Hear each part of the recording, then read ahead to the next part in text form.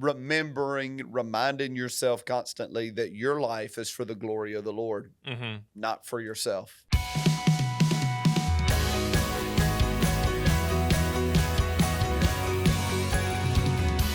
Hey, welcome to Ascend the Hill with Jeremy Austill. I'm Jonathan. This is Pastor Jeremy. How's it going? It is going really well. We had an awesome week and weekend with the men's encounter weekend, and yesterday was our day off, and I was in zombie mode. Yep. I'm talking about completely wiped out. Could not think straight. I just was in a constant zoned out state most of the day. Although I did make some wings. I probably made 30 something wings. You know, I don't know whether to call it smoking or grilling them, because I do them on my Weber kettle grill, but I put the coals on one side with like chunks of wood, so you're getting the smoke. But I mean, it's cooking them at like 600 degrees in there. Yeah. You know, it's pretty intense, but they're not right on the coals. They're offset. So it takes them about 20, 25 minutes. And anyway, I did that yesterday. That was the one thing that took a little mental energy, but that's it. Yeah. Are you a all flats person, or do you care? You just want wings? I'll eat either, but I way prefer flats. Yep. I mean, if it was a like percentage breakdown, I'm 75% flats, 25%. If I could do all flats, that's what I'd do. But listen, we buy at Cash Saver. You know, they'll do like the 5 for $5. You can get really cheap meat, and so I mean, it's just some of the pieces. I don't know if they're a drummy or a flat. They're just kind of something else that's in there. You know, you end up like at one point, like I pulled one piece out and it was like a whole gigantic wing, and it still had some feathers on it. Oh, so I'm goodness. like, let's discard this. My goodness. Well, there's and we'll get into some more rathers here in a second, but there's a new wing place that we and a few of the staff have been to twice now. It's called Got Wings in East Nashville. Okay. GHOT. Okay. Got Wings, WINGZ. And it looks like it's family owned or something. It's just in a little hole in the wall place. It is amazing. Really? Yes. Okay. I need to try. I think Pastor Heather or Cedric was telling me about that, that it was good. I've been going to Edley's of late, Edley's Barbecue. Oh, yeah. They've got really nice wings, smoked and then flash fried. They got a dry rub. They've got a Alabama white sauce. They've got one that's got a little bit of heat to it. I like theirs. I like wings. Yep. I mean, a good wing has got a ton of flavor, and you can just eat a lot of them. Yeah. And wings and football, I feel, are just like meant for each other. 100%. It's like dip in football, wings and football. Oh, man. I did make wings Saturday as well. Yes. For the Tennessee victory over Oklahoma. Ayo. Well, you mentioned being a zombie as well yesterday after the long weekend, and that works right into our first Would You Rather, which is, would you rather be in a zombie apocalypse or a robot apocalypse? Zombie or robot? I think a robot apocalypse, because zombie apocalypse is kind of scary. Like, what if you became a zombie? Yeah. It's just like, I mean, I don't know. I could be wrong on this, but I'd rather a robot just take me out than like get got by a zombie and become one of them. Like that feels like that would be awful. And I don't know. Robots aren't as unnerving as zombies, I guess. Yeah. I mean, of course, it's basically do you want Terminator or do you want The Walking Dead? You know, which one do you want? And so I guess give me Terminator. Yeah, and I guess having a robot apocalypse also comes with it, like, at least the backdrop to your culture is cool tech. Yeah. Even though you're an apocalypse, so Yeah, I mean, surely like we can stick a virus in the the mainframe of the robot apocalypse, right? Surely some nerd out there can figure out how to shut it all down from their mom's basement. Yeah. Like, surely somebody can. Oh my gosh. All right. What about? Would you rather team up with Batman or Superman? Batman. Yep. Yeah, I think we've had this. Or I didn't mean Superman. I meant Spider-Man. Sorry. Batman or Spider-Man. Oh, okay, so that one's a little different. Still Batman. But Spider-Man's cool. But my thing about Batman, and I've said this, I think we've talked superheroes before, is that he does not have any like superhero power. Yeah. He has no alteration of his humanity. Whereas Spider-Man, obviously, dude can shoot webs. He's got the little like spiky finger, tips. Can jump and do all that stuff. It would be fun, I guess, I think, to swing on a web with him. But I like I'm all in on Batman being fully human.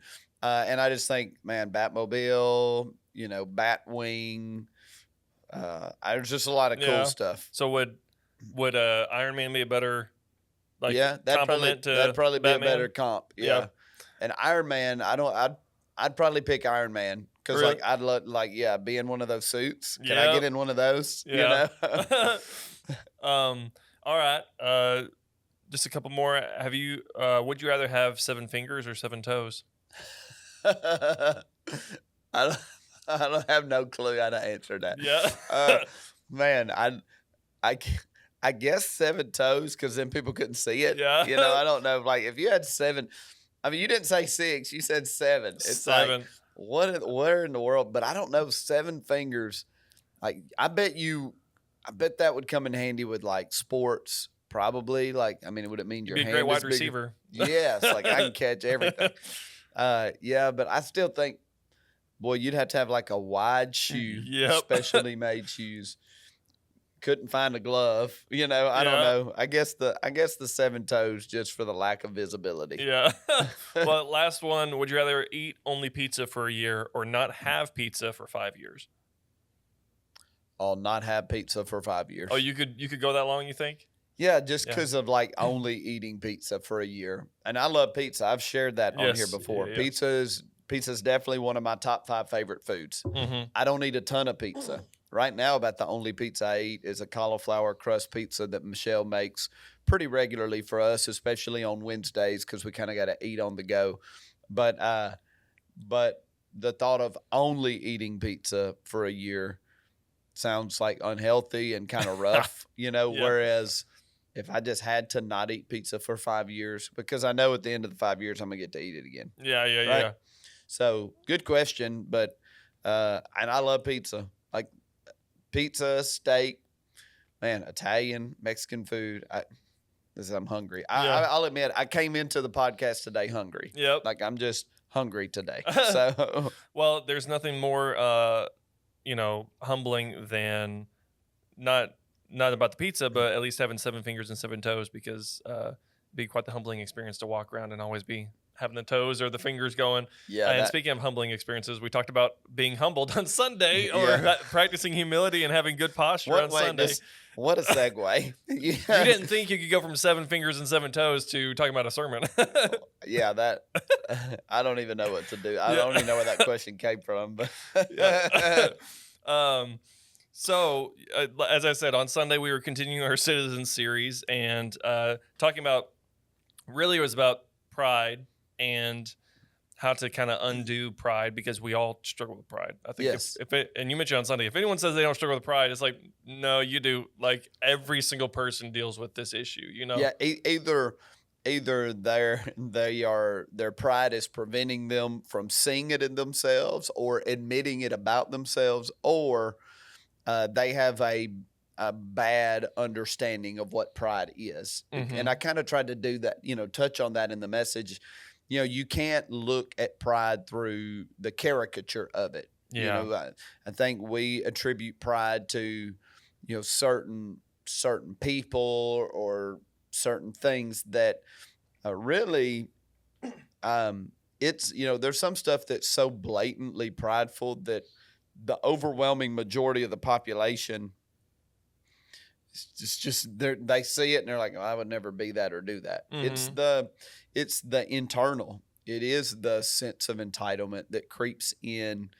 And most of us would not say, most of us would say, I'm not entitled. Like I don't deal with entitlement, but then you get slighted a little bit, or somebody, I mean, as simple as like, someone cuts you in line, or someone doesn't,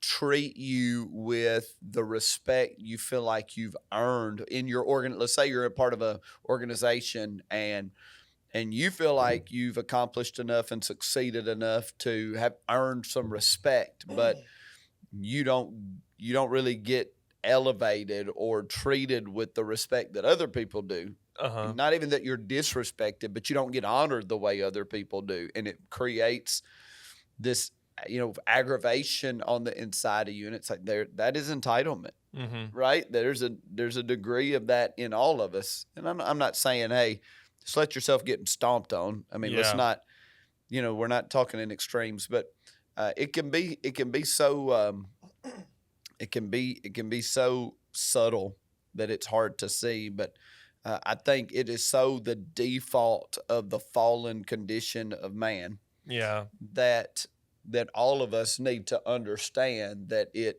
even if it's not pervasive now, it's cancerous, as C.S. Lewis says. It has the capacity to start spreading in our lives. So we got to be really vigilant with it. Yeah. And for the Bible study nerds out there, we talked about it, or you talked about it on Sunday, about how we have, in essence, you mentioned that there's different forms of pride. There's a good pride where it's like you have pride in an accomplishment, or even a pride in a child for doing something like that. And then a negative side of pride. Is there also, because I know in the Bible when we read it, it seems like pride is one. I'm saying this from my own personal experience because I don't know. Pride seems to be one-dimensional sometimes, but are there different words for pride in the Bible, or is it kind of what we deal with, where it's just contextually how it's taken? Yeah, I think that word, you can add other English words to it, and you'll see them sometimes. Haughtiness, which is an elevation of self-evaluation. Like I see myself in this lofty light. It's superior. There's arrogance. There's stiff-necked or stubborn, resistant, as in, and that would kind of maybe go in the know-it-all camp, the arrogant side of like being unwilling to listen, being unwilling to bend or to change. Of course, there's attention seeking that Jesus referenced those religious leaders who would pray in the public square to get attention, to try to elevate their profile and notoriety and how they're seen and viewed by the people in the community. Yeah. So, it's, again, textured. And the reason I talked about what I would say like different uses of the word pride is because, language, language can be complex at times. Yeah. And in America, in our English language, that word pride, you can say you're prideful, and that can be said with a clear negative connotation. But there are uses of the word that are not negative, that are good, that are noble. And I even talked about like just the pride of that accountability pride of like I'm gonna have personal accountability. I'm going to give my best. I'm going to take pride in my work. I'm going to represent my name well. Those things.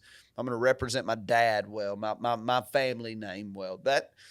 Those are not bad things, and those aren't. But because of the word pride, sometimes even it's like, I had to kind of work through this with my kids, me internally, because I wanted to use the language from the beginning of their life. I'm proud of you. Yeah. In part because I feel like I came out of my childhood with this thing on me of trying to prove myself to my father, trying to impress him, all of those things. And I didn't want my kids to have any of that, I just wanted them to know from the jump, I'm proud of you. Like, you don't have to impress me. I am impressed with you, So I had to work through the semantics of that. Like, is this okay to say? Is this so? Yeah. Yeah. Yeah. And, when we're talking about the differences in pride and everything, I think another step, is it even possible, or should we even worry about, like, when we're interacting with others, is it possible to tell the difference between confidence and pride in others, or should when we interact with people, is it more of a just give them kind of the benefit of the doubt in a situation, when we're interacting in things? Yeah, I think, trying to think about the best way to define the difference between, pride in the negative sense and confidence. Pride in the negative sense is very self-protective, self-preserving, self-advancing, self-promoting, self-inflating, self-seeking, attention-seeking.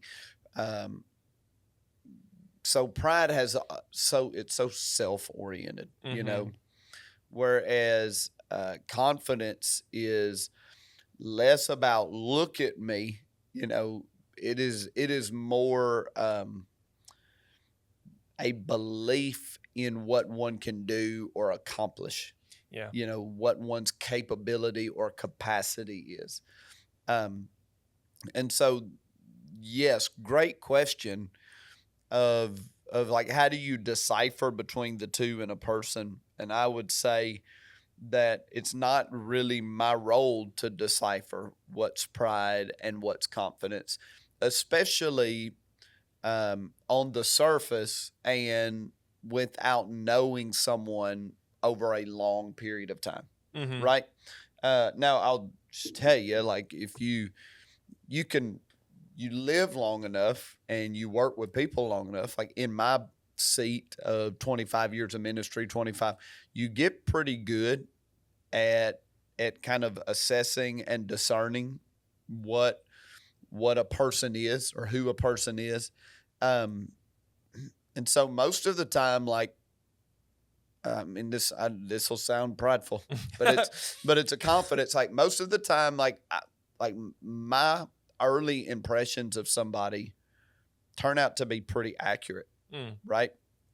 But I have been wrong plenty. Yeah. And people can grow, people change, people evolve in life. And so even with early assessments, I have to be disciplined and humble myself to say, even if this is, number one, I could be wrong. And so let me not just be certain. Yeah. I could be wrong. Two, they could be having a bad moment, be going through something. So let me give them the benefit of the doubt. Three, like people are allowed to grow and change. So let's see, and people are complex, where most people that I've crossed paths with in life that I would consider prideful. Yeah. Like it is rooted in major insecurities, right? And pride and insecurity kind of are a circle, right? Yeah. Insecurity makes you prideful. Pride makes you insecure. It's a weird dichotomy between the two, but I might be good at assessing, and I would just say, you're asking the question. If I'm dealing with somebody, and like, how can I tell if it's pride or if it's confidence? First off, I mean, I think it's a little in the realm of pride to worry about what everybody else is. Like, don't worry about the speck in somebody else's eye when I got a plank in my own, type deal. But I'm in a role of responsibility where I have to be pretty discerning on, like, elevating people, making people wait. Do I bring this person on the team? Like, I had to kind of analyze all of that. But to intentionally humble my heart that I could be wrong, that I want to give people the benefit of the doubt, that people can grow, that people can change. And so and people do grow and change. And I just think it's really unfair to evaluate anybody without knowing them pretty well and having a pretty lengthy catalog of experiences with the person, conversations with the person, observation of the person from the perspective of friendship or whatever.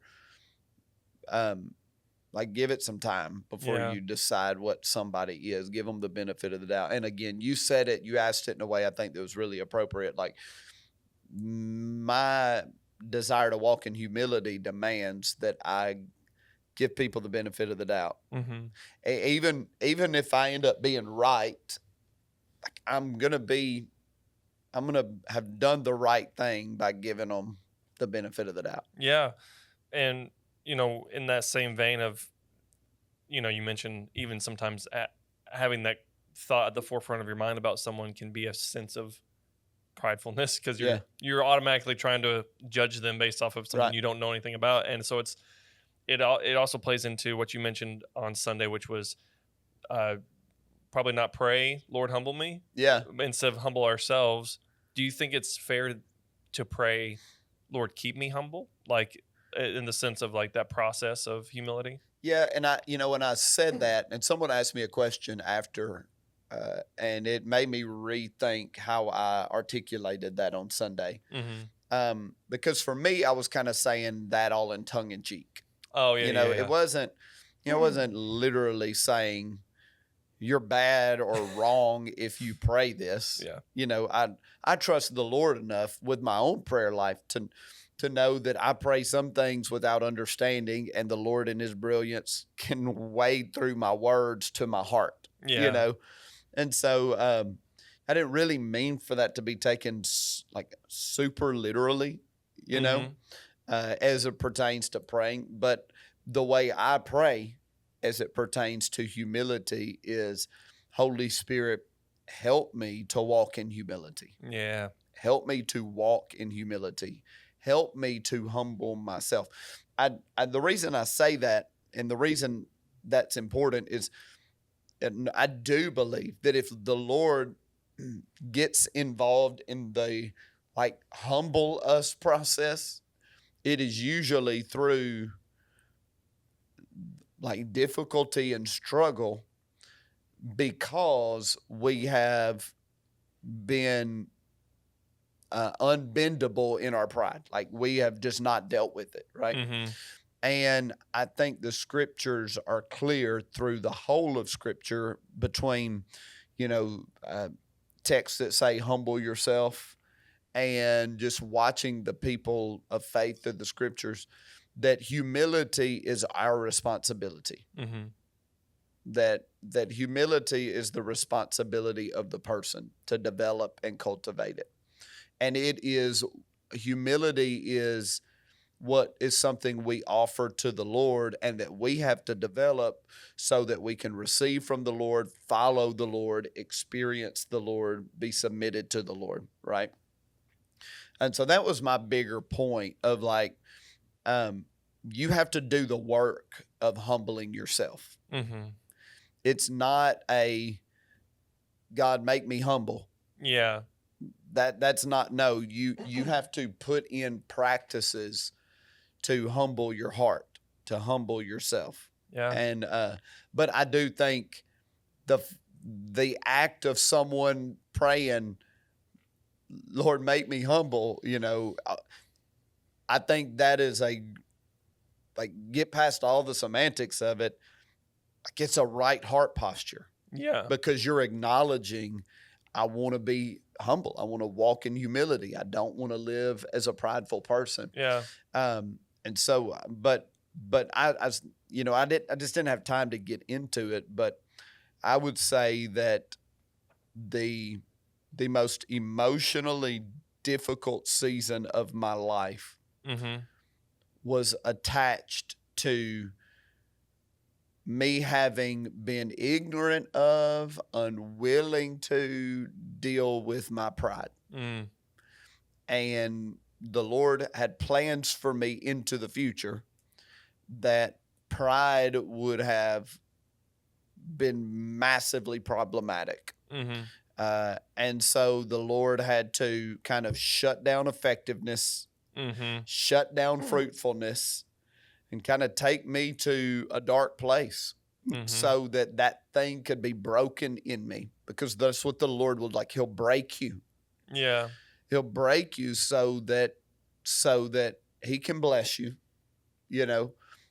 and so that you become a different person on the other side. Yeah. But if we don't deal with pride, if we don't do the work of longing to be humble, that doesn't mean being perfect. Mm-hmm. But if we let pride grow and grow and grow on the inside of us, I mean, the Bible makes it clear it comes before a fall. Yeah. It leads to destruction. You know, it's just what happens in the life of a person. And most pain points, I won't say a lot of pain points in life are because of our pride. Yeah. I don't mean the situations where somebody just does something to you, Mm-hmm. but anyway, good. Yeah. I'm glad you asked that, because I just was processing, like, what I meant is somewhat tongue in cheek, just kind of having a little fun, playfulness.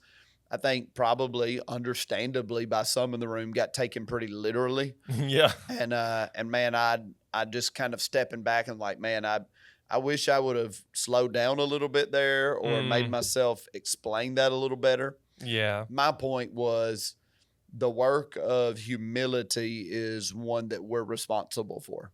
Yeah. Like that's, you don't just like pray the pride away, so to speak. Like you have to discipline yourself and put in practices that lead to humility. Yeah. Which is where we ended the message. Eight like rapid fire practical nuggets on things you can do or mindsets you can have that cultivate humility in you. Yeah, and there was one specifically that stuck out to me. But before I get to that, and before we wrap up, what you were just talking about reminded me of. You may have mentioned it on Sunday. I can't remember.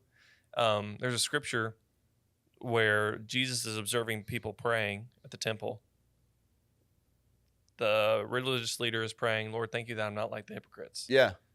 And then the person who's the sinner or the bad person or whoever it is, I can't remember if he labels him, but he's praying, "Lord, have mercy on me because I know my sin." And the Lord says, of the two, the one who has received mercy is the one who understands that he's putting his, what you mentioned, it's you praying that prayer is starting with the right heart posture of, I know I'm dealing with this, help me to be humble. Yeah, yeah. It seemed like that is kind of like a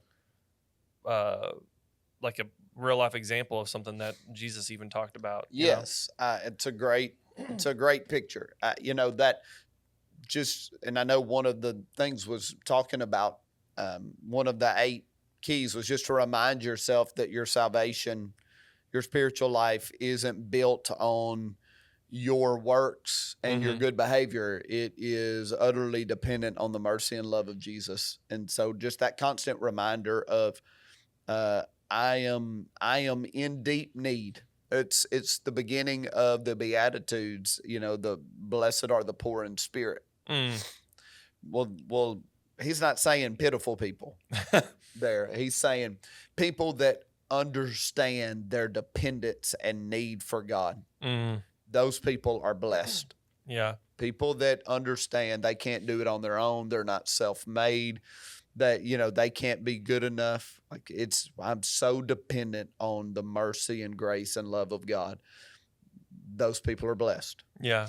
Yeah. And, another one of those practices that lead to humility that was, very tangible for, I think, a lot of people. They were all tangible, but, as far as like a church setting, was talking about, using what you've been given to serve and make other people's lives better. Yes. And, it reminded me of like the times where I've been reminded of how prideful I can be are the times when I'm doing something for someone that they can never return the favor for. Yeah.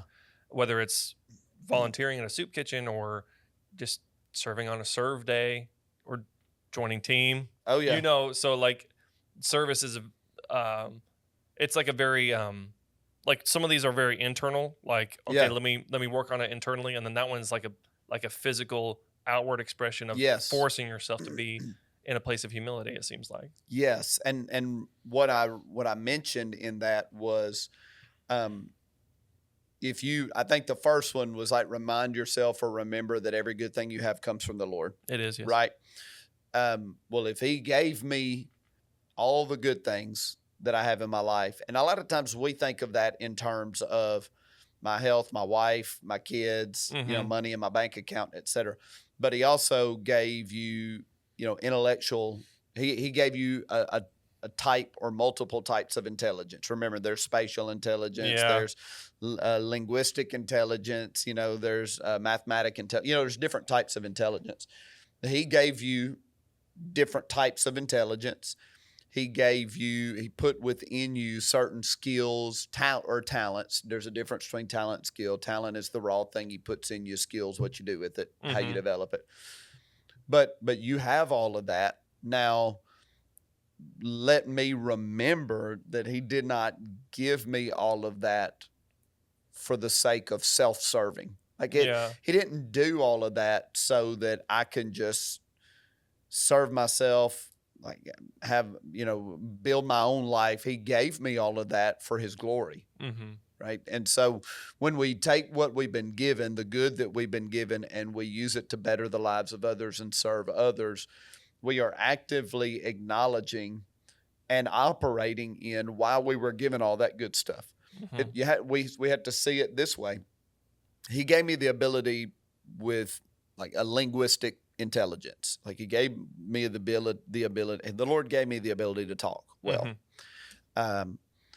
From my brain to my mouth, it's like water. It's not hard for me at all, and that's something God put in me. Well, I can use that and that be I'm going to use this for my own benefit. Or I can use it to serve, care for, nurture other people. And what's beautiful about God is if I use it to serve, nurture, care for other people, and bring glory to his name, it will benefit me as a byproduct. He'll use it to take care of me too. But it is having the heart posture of, he gave me this not so I could be self-serving. He gave me this for his glory. Which comes back to humbling ourselves. And I could have added a ninth one on there of reminding yourself constantly that your life is for the glory of the Lord, not for yourself. And my life is to bring him glory. And when you try to live with that as your framework, my life for his glory, it's very humbling. I mean, it's just an honor to get to live for his glory. And it's an honor to think that he gave me equipment necessary to bring him glory, that with which I can honor him and expand his reputation around the world. And then you just sit back and are kind of in awe that he gave me this to expand his reputation and to bring people into relationship with him. And then in his unbelievable generosity, he allows it to be a part of what puts food in my belly and a roof over my head. He's just so good. He gives it to you for his glory and for the good of others, but he allows you to share in the benefits of it. And I don't know. I said at the end of the message, both services as we were receiving communion, I hate the selfish parts of me, and I know they're in there. But again, when I say that pride isn't obvious, I think most people that would look at me wouldn't perceive me that way. I don't run around being selfish with people, but that there's stuff in us that just can be really self-absorbed or self-serving. And I just don't want any of that to become a ruler in my life. I don't want any of that to become a heavy influence in my life. And so when I said at the end, I think I especially leaned into it in the second service. I fight tooth and nail. I scratch and claw day in, day out to try to humble myself before the Lord. And I've added tools to the belt to try that. For years and years, admitting fault, admitting hey, I got that wrong. That wasn't easy, you know? And it has this, I'll just use that one as an example. But now I'm kind of comfortable admitting like, hey, I didn't get that right. I could have handled that better. And it's kind of I don't know, you get in a circle of life like I've talked about. If you'll just do it as uncomfortable as it can be, and as exposed as you feel at times, especially in a person of leadership, like, because you're like, oh, well, they trust me. If I put this out there. And so instead of like trusting people to trust you, you know, if you're not careful, you'll just double down on I'm right, or I got that right. Nobody can question me, you know, as opposed to, hey, let me be apologetic. Let me own it and kind of push through that. And it's very uncomfortable, but if you'll start doing it, what happens in you is the insecurities and the pride that would keep you from admitting being wrong or owning a bad decision or whatever.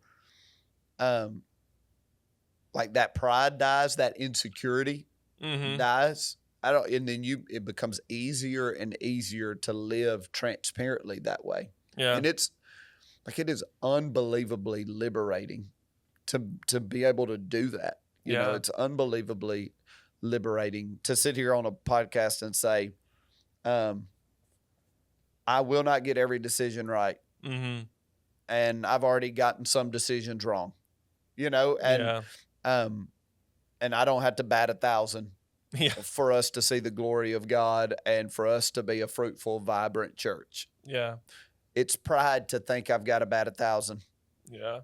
Because it's the pride of thinking it's all on me and about me, and you know. So anyway, pride's nuts, man. It'll like that right there. Yeah, you know, it just kind of works its way into anything and everything. Yeah, and like we talked about, one of the ways that you can get focused on humility, not focused on pride, is by expanding His reputation, serving the Lord. And a great way to do that, if you don't know where to start, is by serving the local church. So if you're listening. And you don't go to Cornerstone, but you have a local church family, get involved. Yes. Help serve in community projects or on team, wherever you're rooted at. But if you are part of Cornerstone and you're listening, but you're not involved, we encourage you to get involved. We need help with kids, youth, young adults, media, worship, first impressions, Christian life groups. There is a place for you to help serve the body, to help elevate others and get the focus off of yourself and onto the Lord, and walk in humility each and every day. And a great way to do that is just by helping and serving people. And before you end, you said something right in the beginning of that.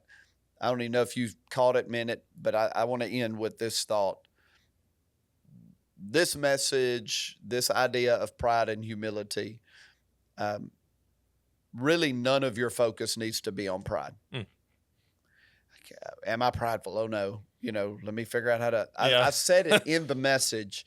Like we don't deal with a negative necessarily by like becoming panicky over, obsessed with, trying to stop the negative.